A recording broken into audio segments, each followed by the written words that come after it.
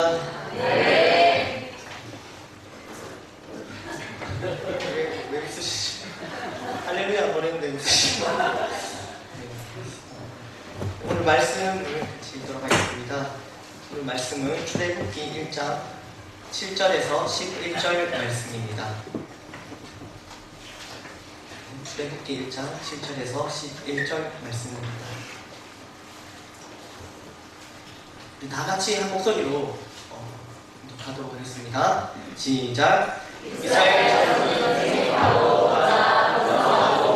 강하여 온 땅에 가득하게 되었더라. 요셉을 알지 못하는 세왕이 일어나 애굽을 다스리더니 그가 그 백성에게 이르되 이 백성 이스라엘 자손이 우리보다 많고 강하도다. 다 우리가 그들에게 대하여 지혜롭게 하자. 그런데 그들이 더 많게 되면 전쟁이 일어날 때 우리 대적과 합하여 우리와 싸우고 이 땅에서 나갈까 하노라 하고 감독들을 그들 위에 세우고 그들에게 무거운 짐을 주어 그들에게 하여 무거운 짐을 주어 그들에게 하여 미국과 나은 셋을 건축하게 하리라. 아멘. 우리 좌우로 인사 한번 하시겠습니다. 잘 되고 있습니다. 기도하면 더 잘 됩니다. 잘 되고 있습니다. 기도하면 더 됩니다. 잘 되고 있습니다. 기도합시다. 잘 되고 있는데 왜 기도를 하는지 모르겠지만 네, 기도하면 더 잘 될 줄 믿습니다.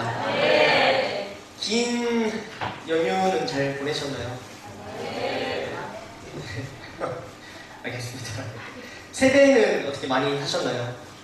아니면 세배를 많이 당하셨나요? 네.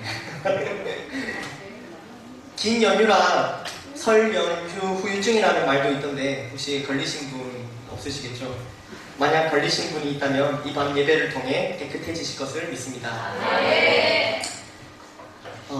오늘은 저의 어릴 적 이야기를 조금 하려 합니다. 저는 매우 승부욕이 강한 아이였습니다. 정말 매우 강했습니다. 제가 좋아하는 것, 제가 하는 것을 이겨야 하는 것은 물론 제가 응원하는 팀도 이겨야 했습니다. 지금도 좋아하지만 야구를 참 좋아했었는데 TV를 보며 응원하다가 제가 응원하는 팀이 지면 그 자리에서 움직이지도 않고 소리 없이 닭똥 같은 눈물을 흘리곤 했습니다. 정말입니다. 저를 어릴 적부터 보았던 분들이 여기 몇 분 계신데요. 네, 그분들이 증인이십니다. 네, 몇 분들 계십니다. 오늘 특별히 달려비 어머니께서 집사님께서 오셨는데 저를 어렸을 때부터 보셨습니다. 네. 너무 강한 승부욕이 교회에서도 여전히 발휘되어가고 기도를 누구보다 많이 또 오래 크게 하기, 또 찬양을 가장 열정적으로 하기, 예배를 가장 열심히 드리기에는 전혀 관심이 없고 달란트를 가장 많이 모으기 위해 제가 할 수 있는 모든 것들을 하였습니다. 이건 그래도 선생님들의 의도대로 제가 잘 했던 것 같습니다. 그리고 주일학교 시간에 웃자고 하는 게임조차도 울어서라도 다 이겨야 했습니다. 게임에서 지면 그 자리에서 울며 땡깡을 부렸습니다. 그렇게 땡깡을 부리다 이내 곧 교회에 붙어있는 사택으로 LTE급으로 신속히 불려가 부모님께 혼인하곤 했던 기억이 아직도 생생합니다. 오전 어른 예배가 끝날 때까지 무릎 꿇고 벽을 보고 손을 들고 있었던 기억이 몇 번 납니다. 아마 제가 끌려가는 장면을 보신 분들이 여기 몇 분 계십니다. 이렇게 승부욕이 강한 저의 모습 때문에 저는 열정적인 사람으로 보일 수도 있었습니다. 그러나 저의 신앙생활은 그러지 못했습니다. 기도할 때도, 찬양할 때도, 예배할 때도 전혀 열정이 없었습니다. 찬양할 때 손을 드는 것은 수련에 따라 한번 하는 그런 것이었습니다. 그렇다고 기도할 때 눈을 뜨거나 찬양할 때 부르지 않거나 예배에 불참하는 일은 없었습니다. 왜냐하면 저는 어렸을 때부터 늘 그렇게 해왔기 때문입니다. 기도 시간에 항상 기도를 했고 찬양도 불렀으며 예배에는 절대 어떤 일이 있어도 빠지지 않았습니다. 물론 교회에서 하는 모든 행사, 수련에 다 참석하였습니다. 학교 시험이 있어도 상관없이 그렇게 했습니다. 그렇지만 딱 거기까지였습니다. 네, 그렇습니다. 저는 정말로 차갑지도 않고 뜨겁지도 않은 미지근했습니다. 중학교 1학년 때 중고등부 수련회에서 하나님을 뜨겁게 만난 경험은 있지만 그 이후 계속해서 그 경험만을 우려먹으며 고등학교, 대학교 시절을 보냈습니다. 물론 겉으로 보기에 교회를 빠지지 않고 또 많은 교회 봉사를 했기에 보는 사람에 따라서 제가 뜨거워 보일 수도 있었으나 저는 알고 있었습니다. 아까 전 잠시 언급해 드린 것처럼 제 안에 열정을 내서 달려갈 때에 그 승부욕이 얼마나 강한지를 알고 있기 때문입니다. 저는 정말로 미지근해도 미지근한 것을 떠나 점점 차가워지고 있었습니다. 오늘의 본문을 보면 야곱과 요셉 이야기 그 이유가 나옵니다.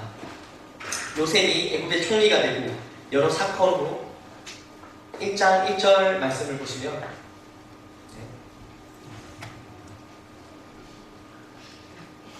저도 지금 두 번째 설교를 하는데 하필이면 자막도 초짜 저도 초짜고 자막도 초짜입니다. 이해해주시고 이제 그만 넘겨주시죠.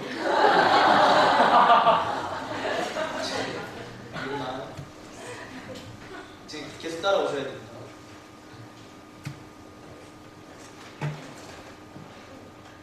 본문 말씀입니다. 본문 말씀. 방금 전에 했던 본문 말씀.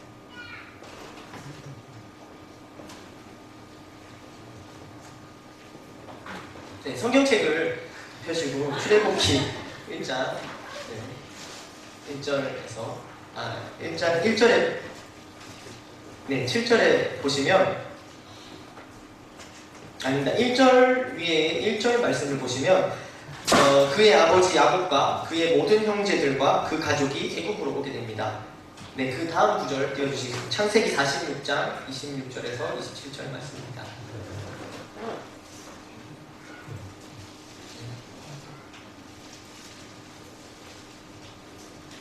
네, 다 함께 읽어보도록 하겠습니다. 시작!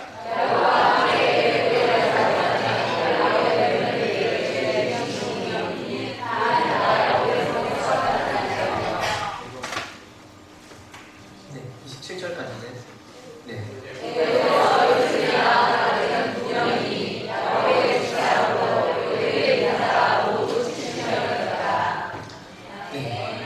좀 끊겨서 다시 한번 설명을 해드리면 야곱이 총리가 되고 요셉이 총리가 되고 그의 아버지 야곱과 형제들의 지역에 가뭄이 오면서 이 모든 가족들을 이끌고 요셉이 있는 애굽으로 모든 가족들이 넘어오게 됩니다. 그 수가 70명이라고 합니다. 70명으로 시작한 야곱의 가문은 그곳에서 함께 행복하게 살며 오늘 본문 말씀인 7절 말씀과 같이 생육하고 불어나 번성하게 됩니다. 아무런 문제가 없어 보이나 8절 말씀에 요셉을 알지 못하는 새 왕이 일어나 애굽을 다스리면서부터 문제가 생기기 시작합니다. 네, 요셉을 알지 못하는 새 왕이 일어나면서부터 문제가 발생합니다. 9절에 애굽의 새 왕은 이스라엘 자손이 더 많고 강하다고 말하고 있습니다. 네, 그렇습니다. 하나님의 은혜로 이스라엘 백성이 이만큼 번성하게 된 것입니다. 아마 어마어마하게 번성했던 것 같습니다. 온 땅에 가득하였다고 하니 말입니다. 이때 싸웠어야 했습니다. 그러나 그들은 싸우지 않고 애굽 왕이 먼저 움직이게 됩니다. 10절 말씀에 애굽의 새 왕은 말합니다. 자, 우리가 그들에게 대하여 지혜롭게 하자. 두렵건대 그들이 더 많게 되면 전쟁이 일어날 때에 우리 대적과 합하여 우리와 싸우고 이 땅에서 나갈까 하노라. 이때 싸우고 그 땅에서 나갔어야 했습니다. 새 왕이 두려워할 만큼 이스라엘 백성은 더 많고 또 더 강했습니다. 그러나 그들은 그러지 않았습니다. 그랬기에 결국 그들은 11절 말씀처럼 무거운 짐을 지게 되고 괴롭힘을 당하게 됩니다. 싸워서 나오지 않으면 결국 이렇게 되는 것입니다. 아마 이스라엘 백성들은 싸울 필요성을 전혀 못 느꼈을 것입니다. 오랜 세월 동안 생육하고 불어나 번성하고 매우 강하여졌기 때문에 살고 있던 삶에 아무런 문제를 못 느꼈을 것입니다. 다시 가나안 땅으로 가야 할 필요성을 못 느낀 것입니다. 그 결과 괴롭힘을 당하면서도 또 무거운 짐을 지면서도 그곳 애굽에 계속 머물러 그들의 지배를 받게 됩니다. 12절 말씀에 그러나 학대를 받을수록 더욱 번성하여 퍼져나가니 애굽 사람이 이스라엘 자손으로 말미암아 근심하여. 학대받고도 더 번성하였습니다. 그렇게 더 번성하였으나 여전히 싸워서 돌아갈 생각을 하지 않고 더 심한 고난을 당하게 됩니다. 여러분 혹시 지금 애굽에 있지 않습니까? 싸워서 나오지 않고 가만히 그곳에서 무거운 짐만 지고 고통 속에, 고난 속에 있지는 않습니까? 애굽에서 태어난 이스라엘 백성들은 그냥 그곳에서 사는 것에 별 불편함이 없었을 것입니다. 싸울 필요도, 그 땅에서 나올 필요도 못 느끼며 그저 그렇게 살고 있었을 것입니다. 그런데 본문에 나온 것처럼 이들에게 닥친 갑작스러운 학대에 이들은 이유도 모른 채 고난을 당하게 된 것입니다. 그냥 생육하고 불어나 번성하였을 뿐인데 말입니다. 네, 이들은 그냥 잘 살고 있었는데 갑작스러운 고난을 당한 것입니다. 이들의 입장에서 보면 말입니다. 그러나 이 모든 일은 이들이 하나님의 약속을 잊었거나 별로 중요하게 생각하지 않았기 때문에 벌어진 일입니다. 하나님께서 분명히 이들이 애굽으로 가기 전에 야곱에게 말씀하셨습니다. 창세기 46장 4절 말씀입니다. 네, 다 함께 읽도록 하겠습니다. 창세기 46장 4절 말씀입니다. 48장으로 준비하시고 네, 46장으로 제가 읽어드리겠습니다. 애굽으로 가기 전 하나님께서 야곱에게 말씀하셨습니다.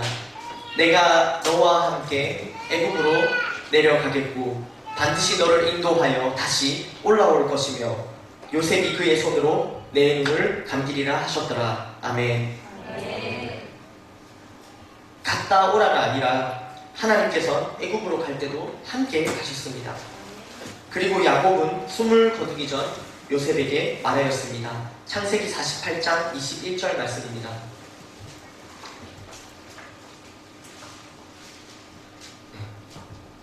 오늘 성경책으로 잘 따라오셔야 됩니다.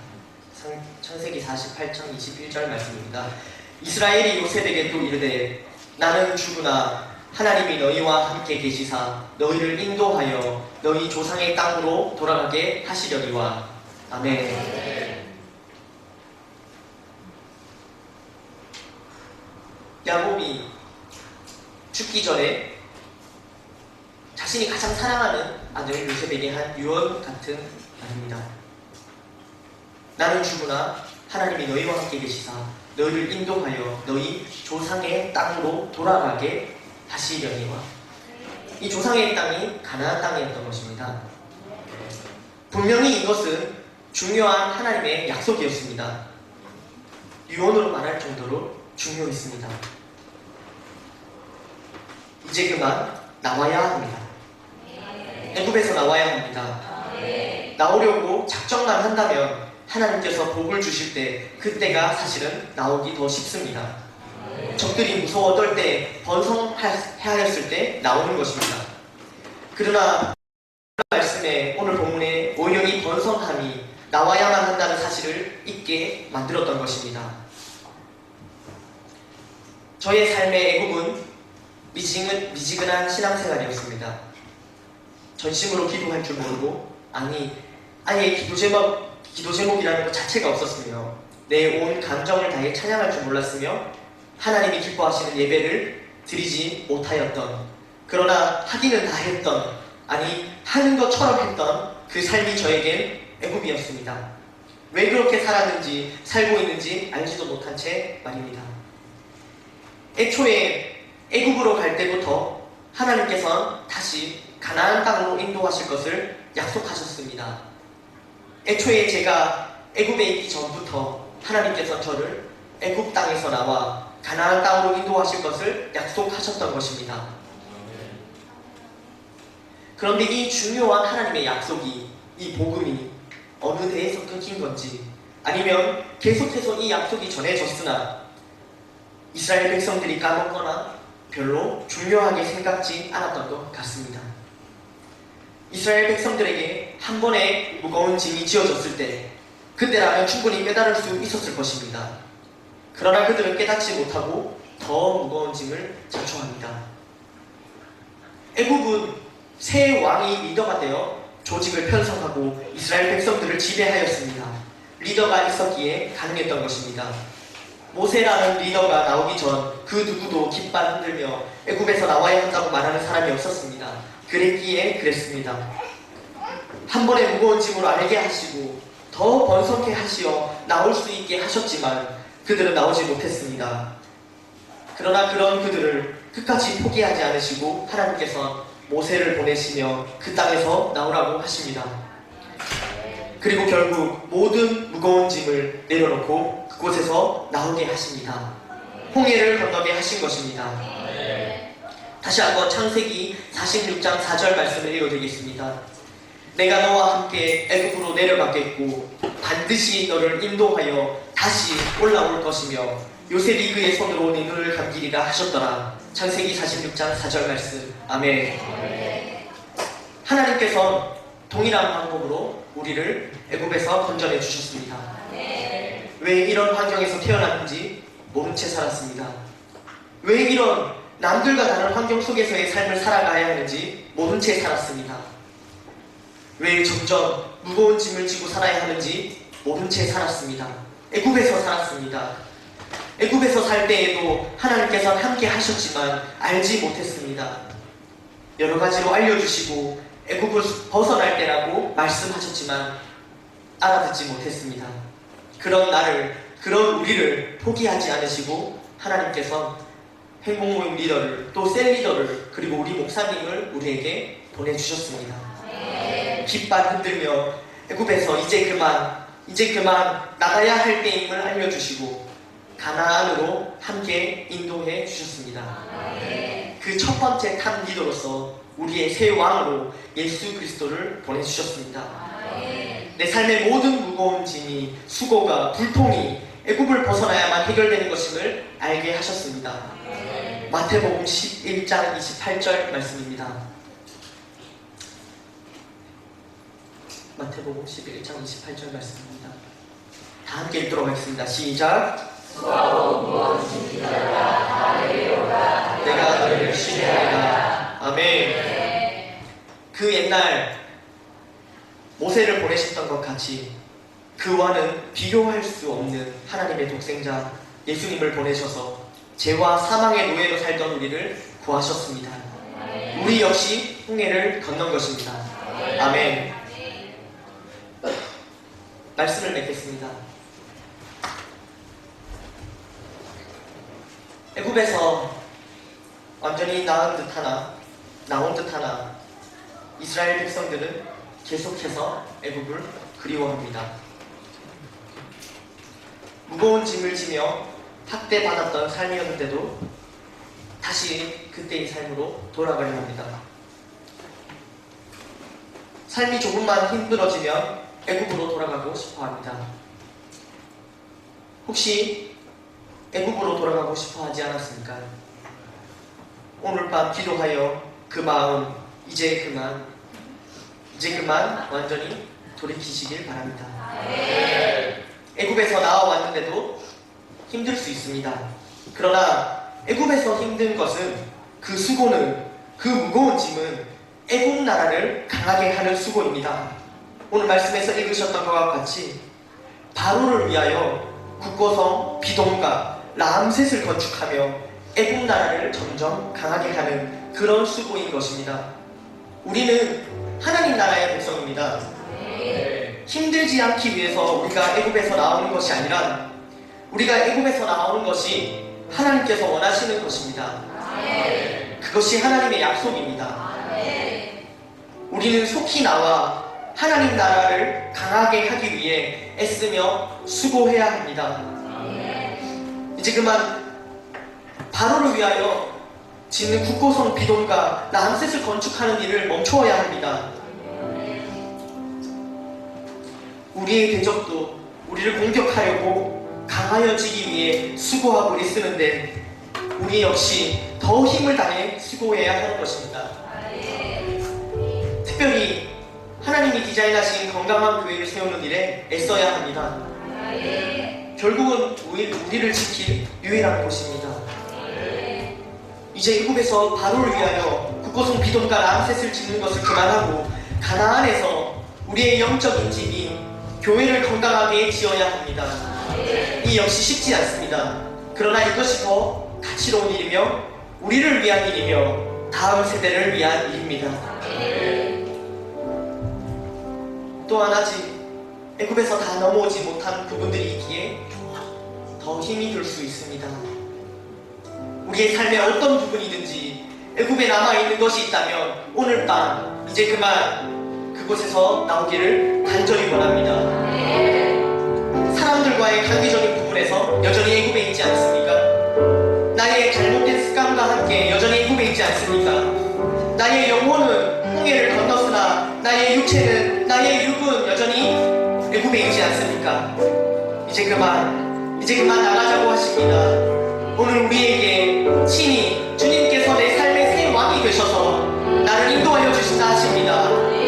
나가는 걸음 가운데 앞장서서 함께 하신다 하십니다. 오늘 우리가 전심으로 각오하고 싸워서 애굽에서 나오고자 할 때에 하나님께서 인도하여 주십니다. 물론 그 싸움도 하나님께서 하십니다. 오늘 이 시간 나의 삶의 모든 영역이 애굽에서부터 나올 수 있기를 함께 기도합시다.